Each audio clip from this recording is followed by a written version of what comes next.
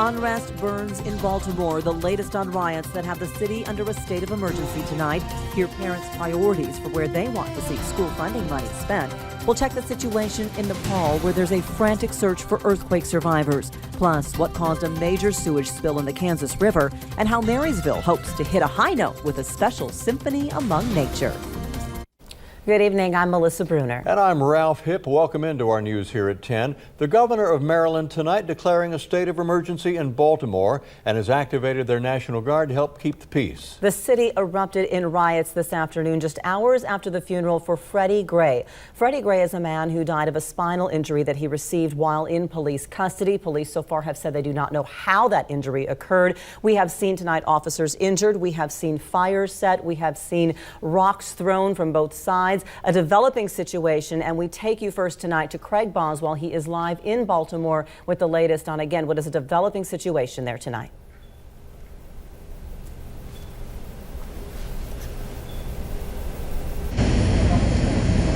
This is not what most people expected this evening on the day that Freddie Gray was laid to rest. The Gray family had asked that all demonstrations be put on hold.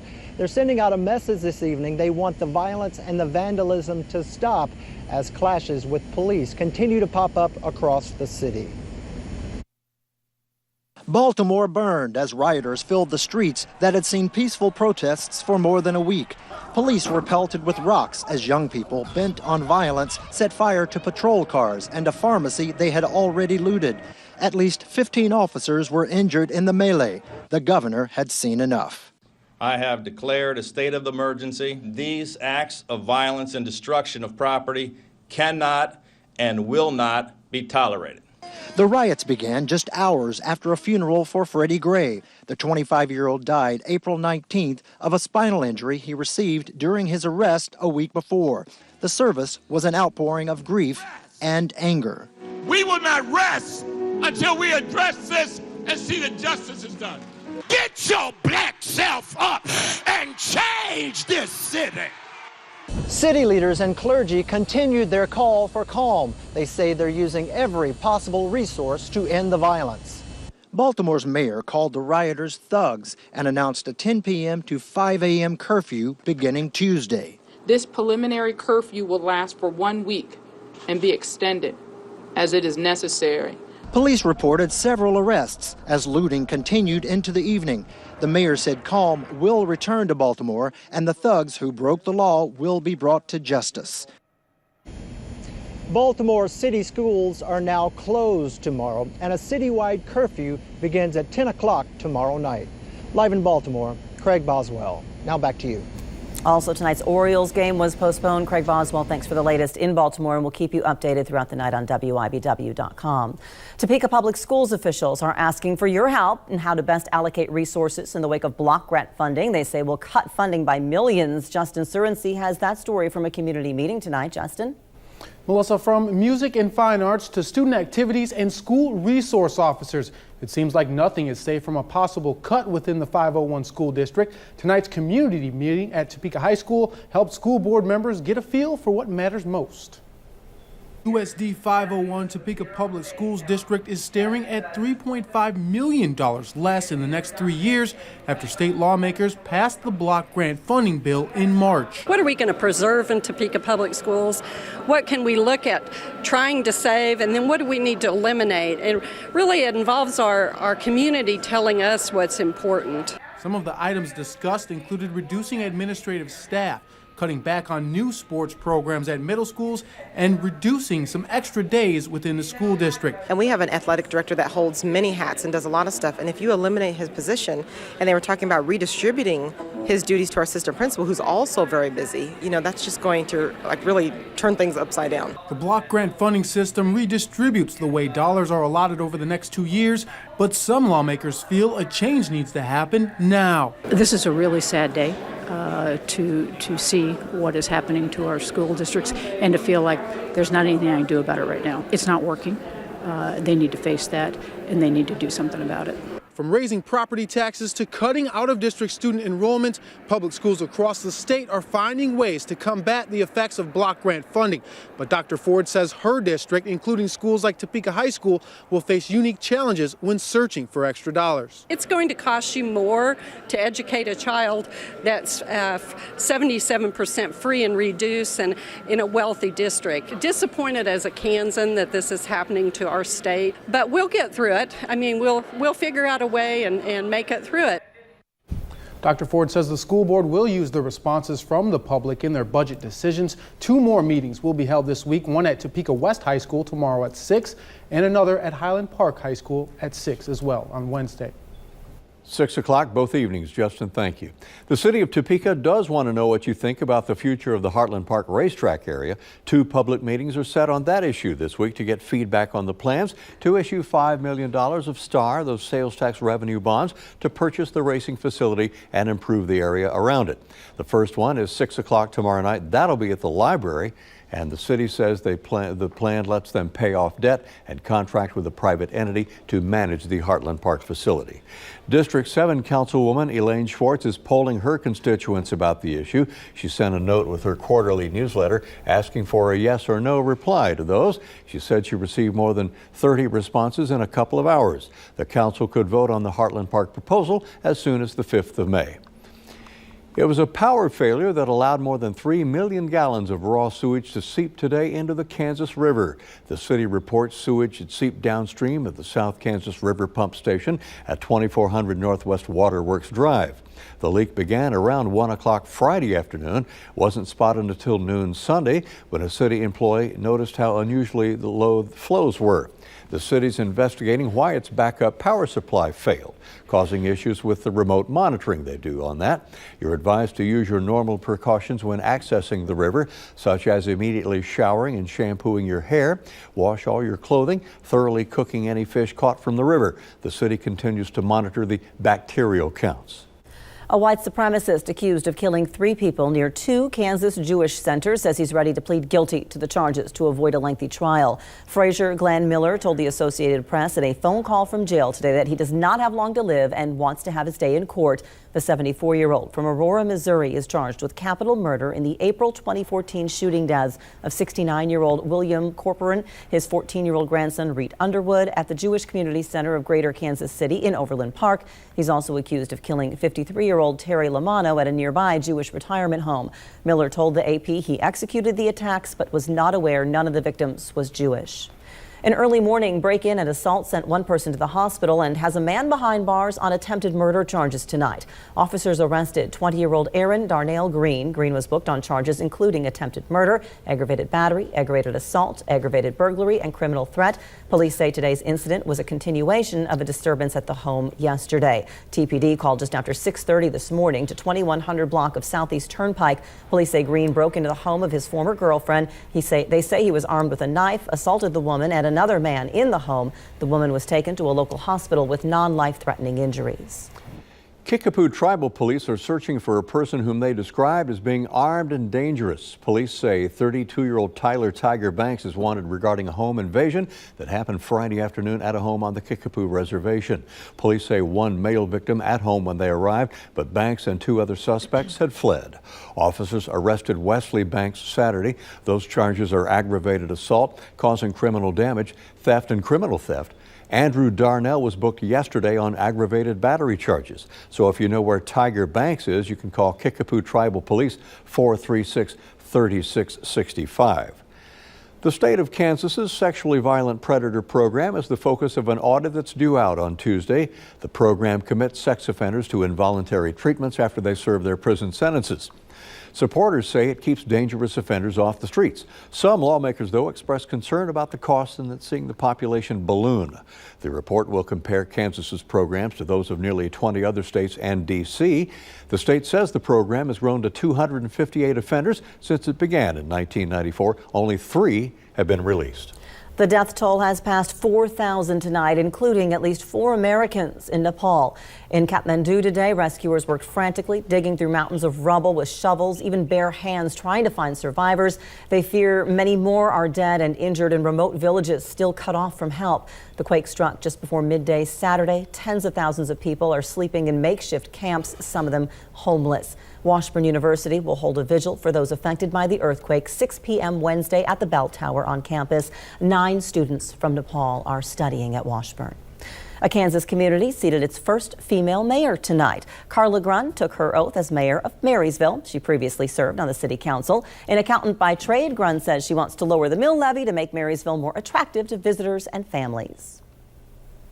The reason why Marysville is great is because of the people. We have people that care, people that are volunteer, people that are passionate about the arts, compassionate about others. They step up to plate to help people in need. It's just a very strong community. And Marysville announced a new community event today. Ralph will detail that a little bit later in our news.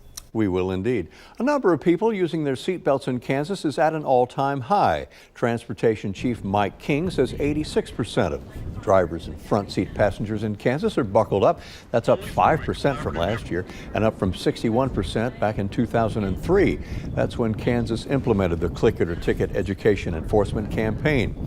The experts are crediting that campaign combined with SAFE, that's the program that's active in about 130 Kansas schools, for improving those seatbelt use numbers. One of our school districts received recognition. Several staff members tonight. The Auburn-Washburn School District applauded employees for their service. Denise Ash was recognized as the Elementary Teacher of the Year. Randy Stone's Secondary Teacher of the Year. Robin Scheinbein is the Master Teacher, while Bruce Kennedy was named the Distinguished Classified Support Staffer for the year. Terry Heim received the Distinguished Certified Support Staff. 2015 statewide award winner for Kansas Master Teacher has gone to Bill McFarland, and the 2015 Kansas Teacher Hall of Fame goes to Dan Brooks. The district, with Dr. Dietrich at the helm for one last time doing this, also recognized about 30 staff members who retired, as she will at the end of this 2014-2015 school year. So that's a look at our news, and on to the weather now, Melissa. A lot of sunny skies around the area. Let's go to Jeremy Goodwin to find out if that will stick around for the week.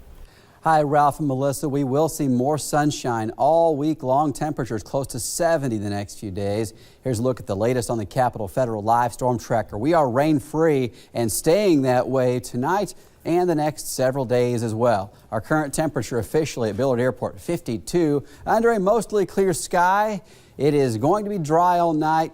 Next few days more of the same. North wind at 5. It was gusting as high as 30 miles per hour much of the afternoon, so less breezy tonight. Dew point 38, 61, the latest humidity. This is our almanac for today. Officially, the high temperature 66 at Billard Airport in Topeka. That's the National Weather Service office. 70 is considered average, and that term normal means the 30-year average for a location. So if you see that term, that's what it means, a 30-year running average for a spot. And then 93, the record high in 1956.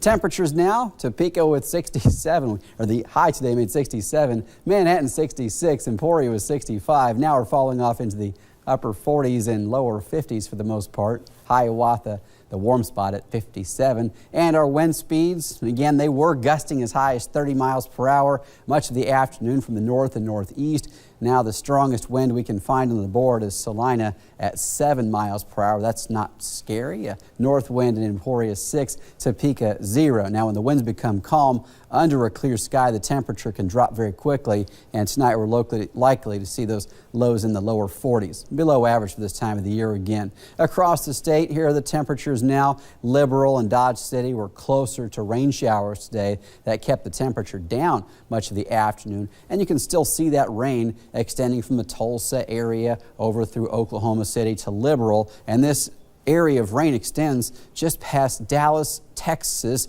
with heavy rain extending down into New Orleans as well. Today we've seen several severe thunderstorm warnings over the last couple of hours from southeast Texas over to the southern parts of Louisiana, but that's been the area of large hail damaging winds, and the tornado threat today has been down there along the Gulf Coast. Tonight for us, 44, a few clouds, light north wind. Here's the 8-day forecast. First Friday art walk on Friday. That's May the 1st. Should be a beautiful day. Highs in the mid-70s. This weekend, sunshine, low 80s. There's a chance of thunderstorms late Sunday and a chance of storms a week from today as well.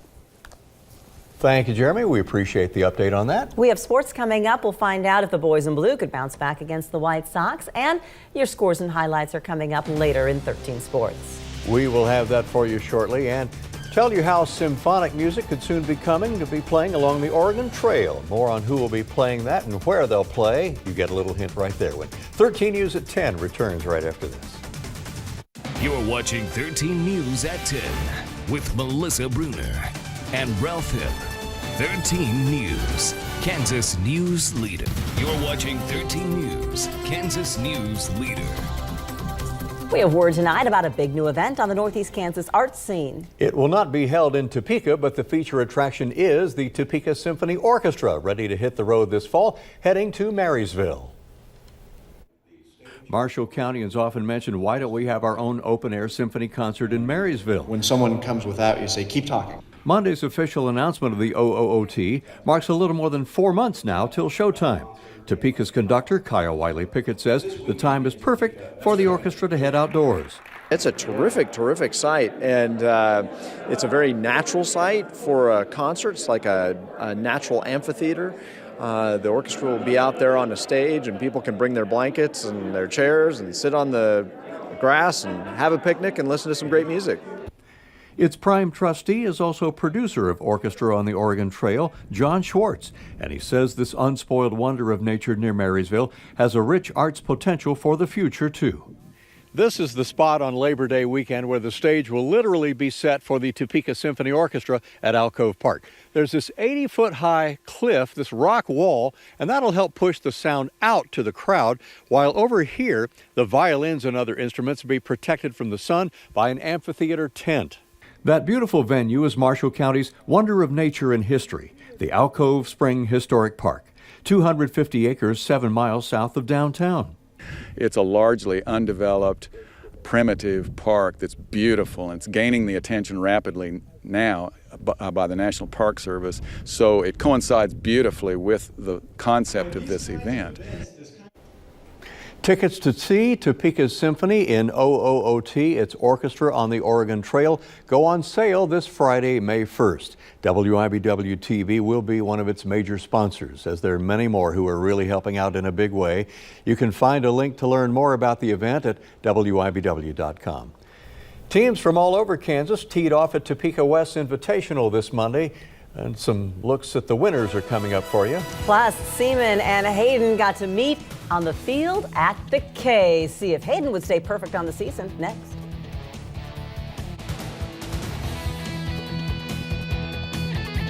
"13 Sports with Chris Lilly. Hello everyone, the Kansas City Royals staying in the AL Central today, trying to bounce back after losing the last two to the Chicago White Sox in a tough series. Omar Infante, he'll get us started with, slaps it to the third baseman. Nope, and it's going to bounce into the outfield. 1-0, the Royals take the early lead. Then Eric Hosmer with Mike Moustakas on second base. Yes, sir, the Moose is loose. He hustles around third base. He'll score 2-0, Royals up. Then Alex Gordon knocks in a run to break the tie. The Royals, they would add on a couple more runs. They win 6-2. Moose, he had 4 hits.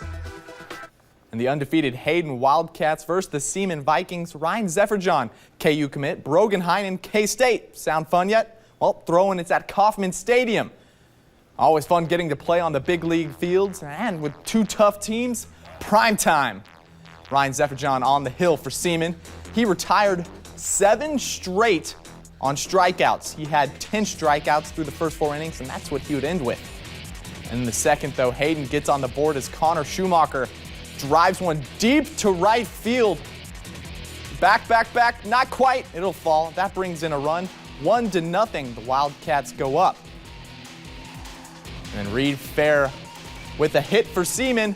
Alex Ronenbaum scores, and that will tie everything up. They're pumped at the home plate.